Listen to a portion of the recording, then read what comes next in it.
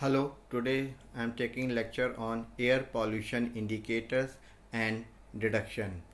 So what is the air pollution? Let's see the quick snap on air pollution. Air, we can say atmosphere, pollution, this is the contamination or impurities. All this is caused by the harmful substances which is known as the air pollutants. So there are two types of air pollutants, particulate matter and gases. In particulate matter, generally we are concerned for the three types of particulate matter. One is the ultra fine particulate matter. This is the matter size is having matter size 0.1 mu m. Fine particulate matter size below 2.5 mu m. This is include the ultra fine particulate matter also. Coarse particulate matter, this is the size of the 2.5 to 10 mu m. Gases, ground level ozone, this ozone is available in the troposphere. This is the layer of the atmosphere near the earth surface. Nitrogen dioxide, sulfur dioxide, carbon monoxide, volatile organic compound. So here the pollutant and their characteristics. Sulfur dioxide, this is the colorless heavy gas soluble in water with harsh irritating smell. Particles may be of variable sizes. This may be the solid particles of liquid droplets including vapors, smoke, dust and aerosols. Nitrogen dioxide, reddish brown gas soluble in water. Carbon hydrate may be having the variable chemical composition. These are the compounds of the hydrogen and carbon. Carbon monoxide, colorless, odorless, toxic gas, poorly soluble in water. Ozone, light blue gas soluble in water, unstable, smells sweet. Lead, metals occurs in early compounds with different characteristics. Mercury, metal occurs in various compounds with different characteristics. Now sources of the air pollution. There are a number of sources of air pollution. They are categorized in different way basis on the source, basis of the type of source. So there are numbers of maybe the classification. So generally, but types of sources are industry or energy production units, dust, volcanoes, agriculture practices, household practices, waste management practices, and the transportation. Air sampling. This is the air sampling. This is the means of collecting contaminants from air to identified and quantified the concentration of the contaminants. Typically, we need to concentrate the contaminants with some sort of media. The exception is when we take whole air samples, then the concentration step takes place in the lab. Concentration are calculated in either dimensionless terms ppm or in mass per volume terms mu gram per meter cube or milligram per meter cube. Requirement of the air samples: to identify and measure air pollutants, to monitor personal exposure to chemicals, to assess the pollution impacts of manufacturing processes, to comply with government regulations, to identify the source of pollutants, to evaluate the effectiveness of the engineering control. Types of air samples.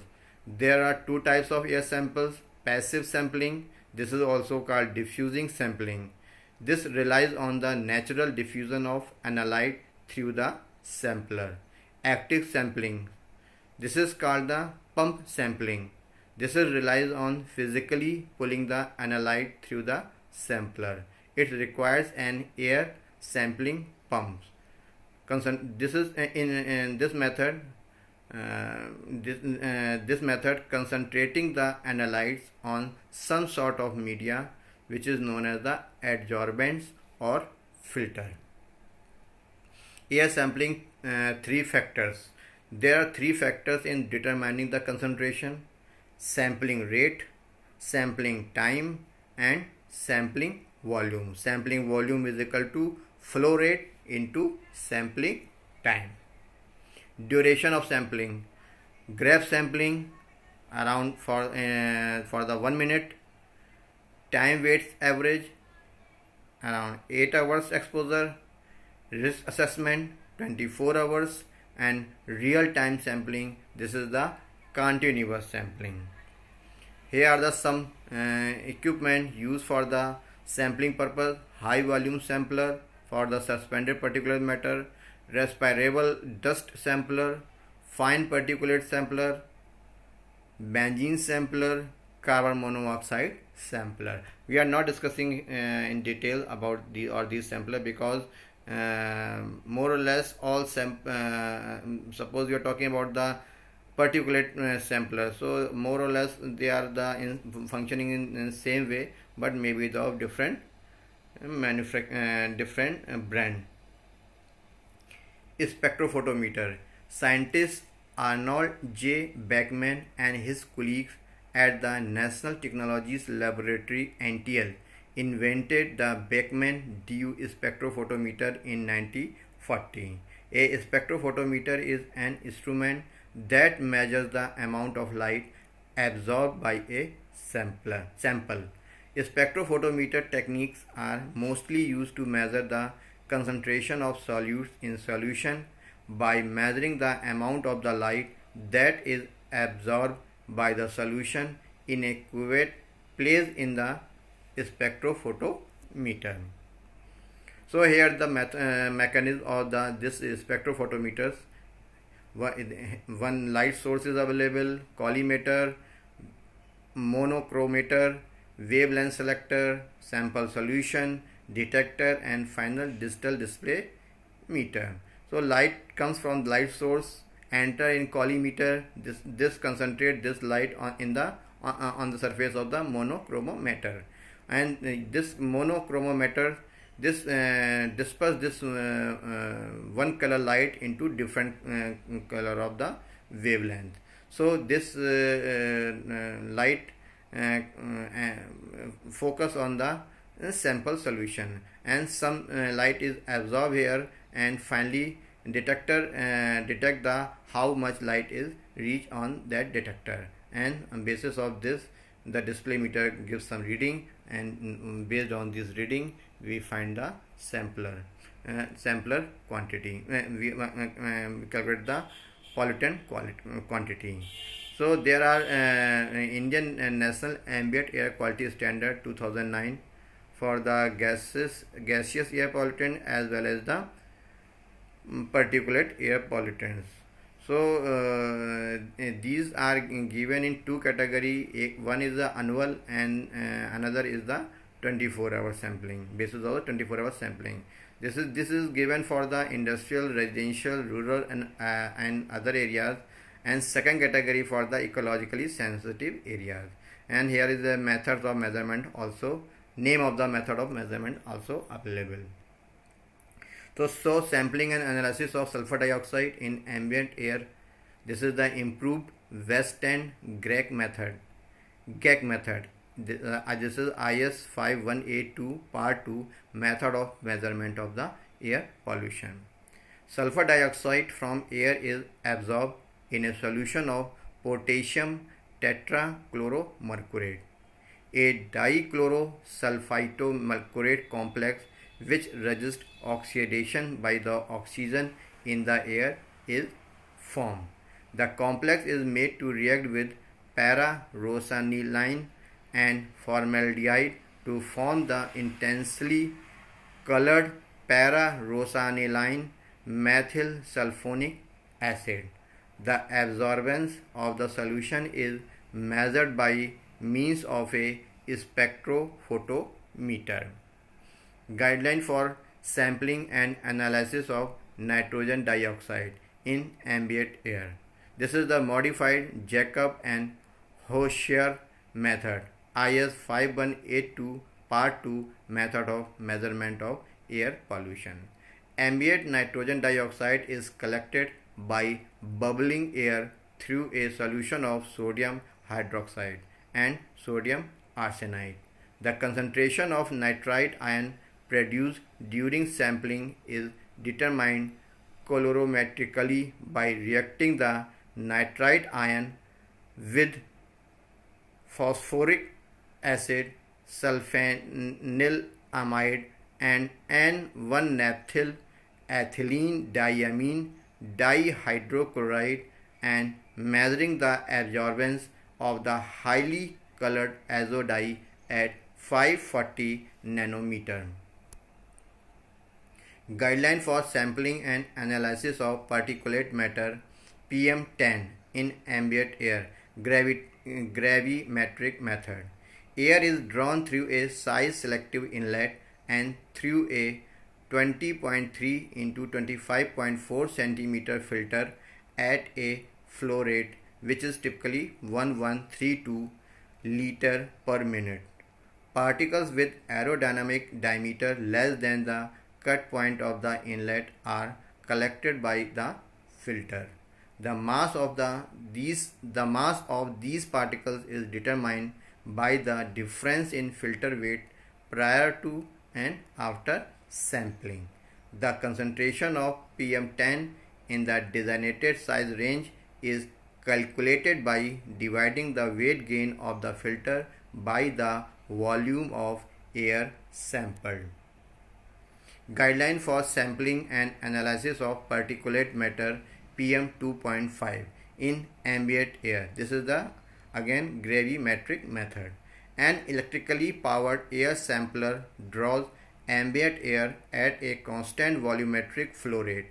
This is 16.7 liter per minute, maintained by a mass flow divide volumetric flow controller coupled to a microprocessor into a spatially designated inertial particle size separator, where the suspended particulate matter in the PM2.5 is separated for collection on a 47 mm polytetrafluoroethylene filter over a specified sampling period. Each filter is weighted before and after sample collection to determine the net gain due to the particulate matter.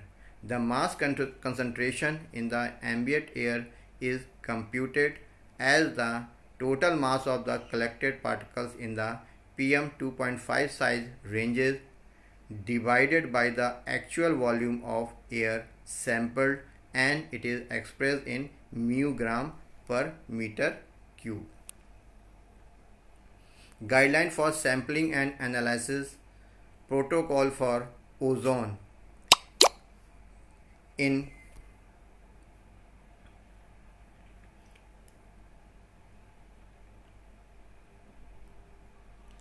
ambient air, chemical method.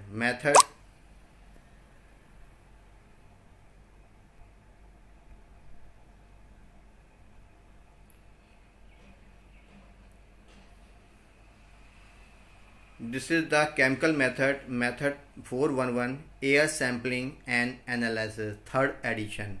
Micro amounts of ozone and the oxidants liberate iodine when absorbed in a 1% solution of potassium iodine buffers at pH 6.8.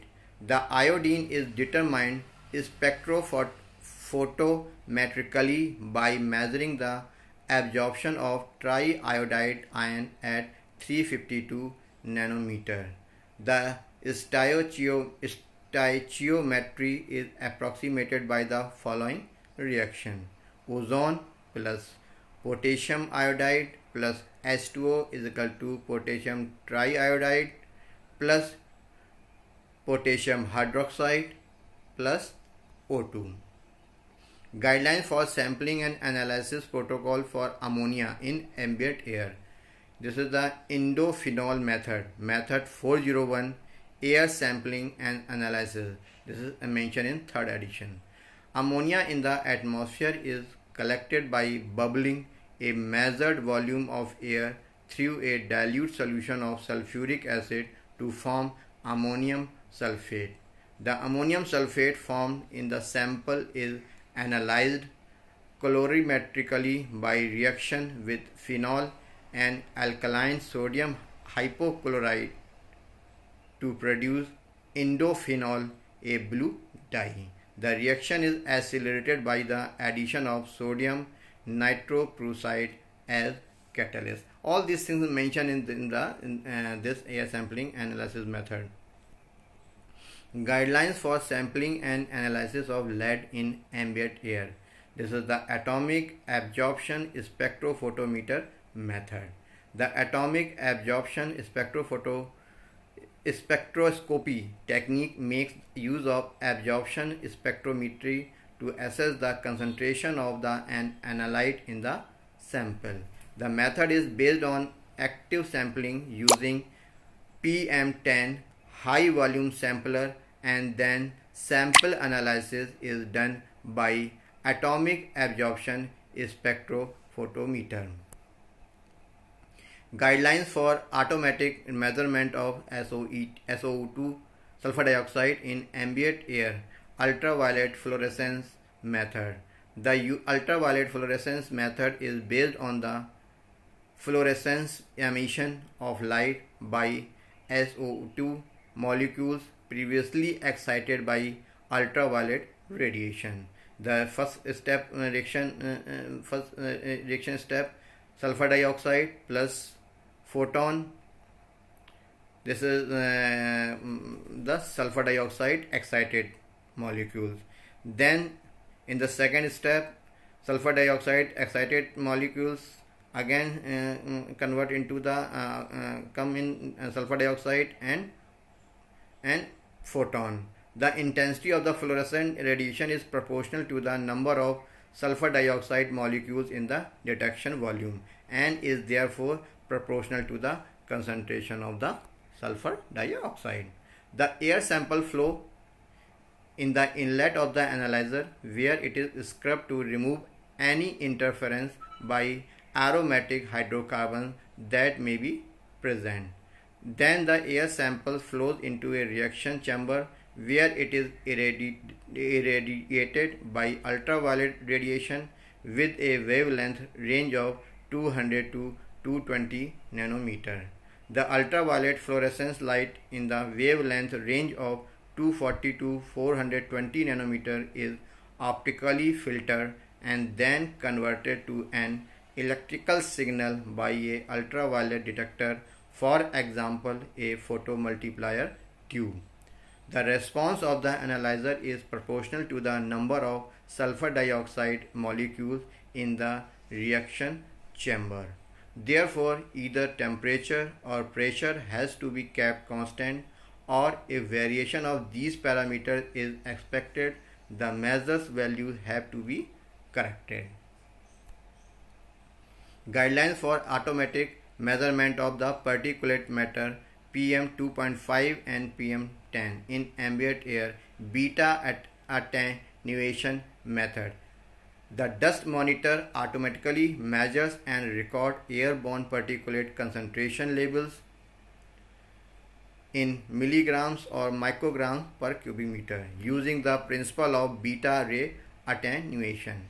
Each hour, a small C14 element emits a constant source of high energy electron through a spot of clean filter tape.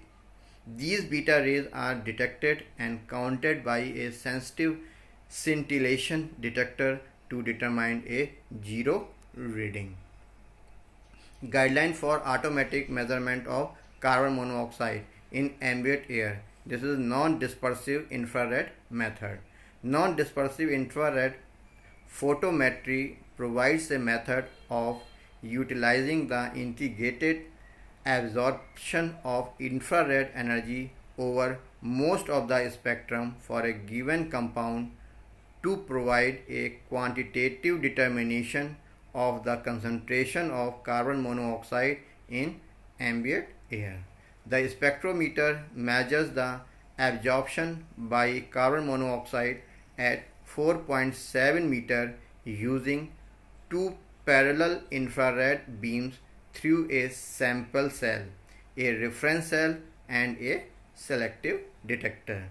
The detector signals is led to an amplifier control section, and the analyzer output measures on a meter and recording system. Guideline for automatic measurement of oxides of nitrogen: nitrogen oxide, nitrogen dioxide, nitrogen trioxide, and ammonia NH3 in ambient air. This is chemiluminescence method. This measurement method is based upon the chemiluminescent reaction between the nitric oxide with ozone in a reaction chamber.